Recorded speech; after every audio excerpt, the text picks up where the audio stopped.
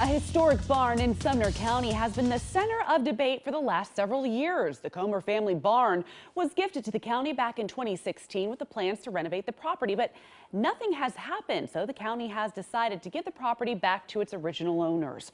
News 2's Miranda Whittington joins us from the outside of the barn. And Miranda, what happens now?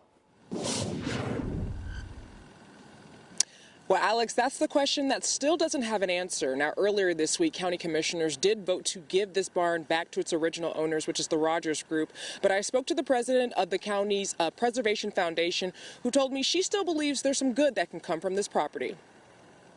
There's almost 100 years of history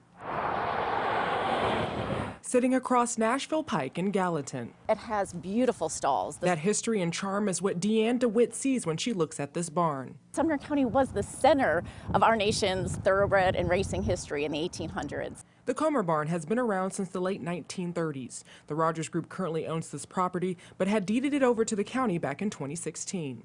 When we started, we were looking at any option.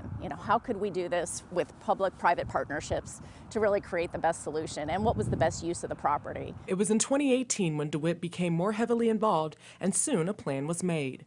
The Preservation Foundation of Sumner County was eventually formed, where they would partner with the Rogers Group and Sumner County Schools to transform the barn into an ag and STEM learning center for students. We could use this for field trips, projects for FFA 4-H competitions. But that plan never got off the ground. With the rising costs and inflation, we really didn't know the exact number that it would take to renovate that. Sumner County Mayor John Isbell says renovation costs were estimated to be in the millions, with residents not in favor of moving things forward.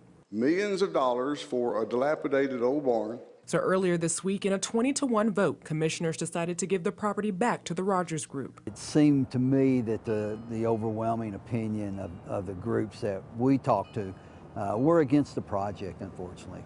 As of now, the future of the barn is left uncertain, but DeWitt still believes it can gain new life once again.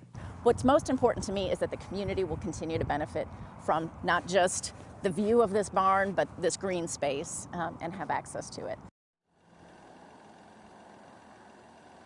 Now, the commission also voted to give $250,000 of taxpayer money back to the state. They also gave another $250,000 of money back to the county as well. We're live here in Gallatin. I'm Miranda Whittington, News 2.